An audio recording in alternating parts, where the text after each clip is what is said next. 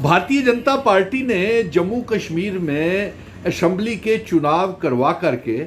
जम्मू कश्मीर को एक बहुत बड़ा धोखा किया है और जम्मू कश्मीर के नौजवान और अवाम का बेड़ा गर्क कर दिया है।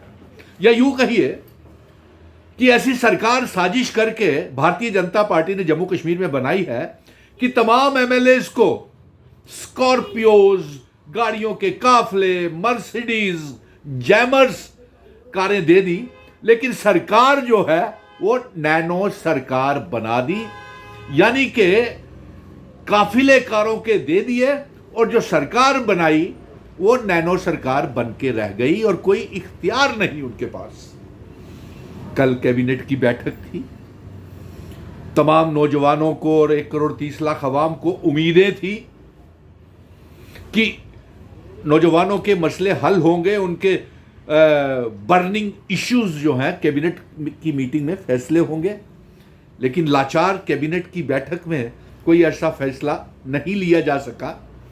और यह साबित करता है कि बिना रियासत के दर्जे पे, इसीलिए हम ये कह रहे थे कि चुनावों से पहले रियासत का दर्जा वापस किया जाए और इसीलिए सुनील डिम्पल ने, मिशन स्टेटहुड ने यह ऐलान किया था कि जब तक रियासत का दर्जा नहीं होगा तब तक जम्मू कश्मीर की आवाम को इंसाफ नहीं मिल पाएगा और मैं असेंबली के चुनाव नहीं लड़ूंगा। लेकिन अफसोस, कश्मीर के कश्मीरी लीडरों के, भारतीय जनता पार्टी के लीडरों को बड़ी जल्दी थी चुनावों में जाने की। इंतजार तक नहीं कर सके कि जो सुप्रीम कोर्ट ने ऐलान किया हुआ है कि रियासत का दर्जा जल्द से जल्द किया जाए और उसके बाद चुनाव करवाए जाएं, लेकिन ऐसा इंतजार नहीं कर सके, बिना रियासत के दर्जे के चुनाव करवा दिए। और आज जो कैबिनेट मीटिंग हुई है उसके बाद जम्मू कश्मीर का नौजवान तनाव, स्ट्रेस, टेंशन में और ज्यादा चला गया, क्योंकि कोई चुनी हुई सरकार कोई अहम फैसले कैबिनेट की मीटिंग में नहीं ले पाई। और अफसोस सबसे बड़ा यह है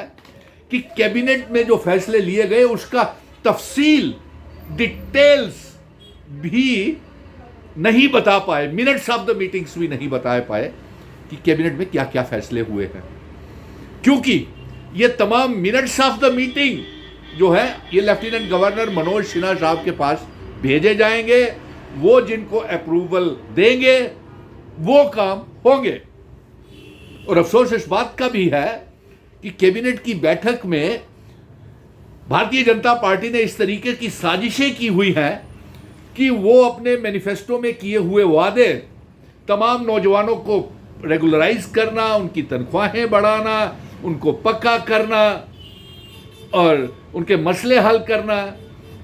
किसान खिदमतगर, एसपीओज, वोकेशनल ट्रेनर्स, SRO 43 के बच्चे, national youth corps, fire and emergencies के बच्चे,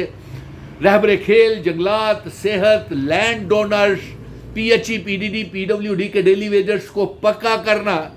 दरबार मूव शुरू करना, 200 यूनिट बिजली फ्री देना और डबल राशन देना और 12 गैस के सिलेंडर देना, इसके ऊपर भी कोई फैसला नहीं ले पाए। क्योंकि ये फैसला, जो भी मिनट्स ऑफ द मीटिंग जो 20 तारीख को हुई है, minutes of the meeting, Jammu Kashmir के लोगों को उम्मीदें थी, वो मिनट्स जो है अभी लेफ्टिनेंट गवर्नर के पास जाएंगे, वो जो अप्रूव करेंगे वो लागू होंगे। यानी कि कितना बेबस और लाचार बना दिया है। इसीलिए मिशन स्टेटहुड ये कहता था कि जम्मू कश्मीर में रियासत का दर्जा आ लेने दीजिए, फिर उसके बाद चुनाव लड़िए। बड़ी बड़ी बातें करते रहे और आज नतीजा हमने देख लिया कि एमएलएस के पास, तमाम एमएलएस, 90 के 90 एमएलएस के पास गाड़ियों के काफिले हैं, स्कॉर्पियोज गाड़ी है, जैमर्स हैं, मर्सिडीज गाड़ीज हैं, गाड़ियों के काफिले हैं, लेकिन सरकार जो है वो नैनो सरकार बन के रह गई, जिसके पास कोई इख्तियार नहीं है। और इसमें सबसे बड़ी साजिश जो है वो भारतीय जनता पार्टी ने खेली है कि चुनी हुई सरकार के पास कोई इख्तियार नहीं रहने दिया और तमाम इख्तियार LG, chief secretary, IAS, IPS officers को दे दिए और कैबिनेट के पास कोई इख्तियार नहीं छोड़ा जिससे वो लोगों के चुने हुए नुमाइंदे लोगों के मसले हल कर सके। आज बड़े दुखी मन से मुझे ये कहना पड़ रहा है और मैं ये कहूँगा कि अलायंस की सरकार को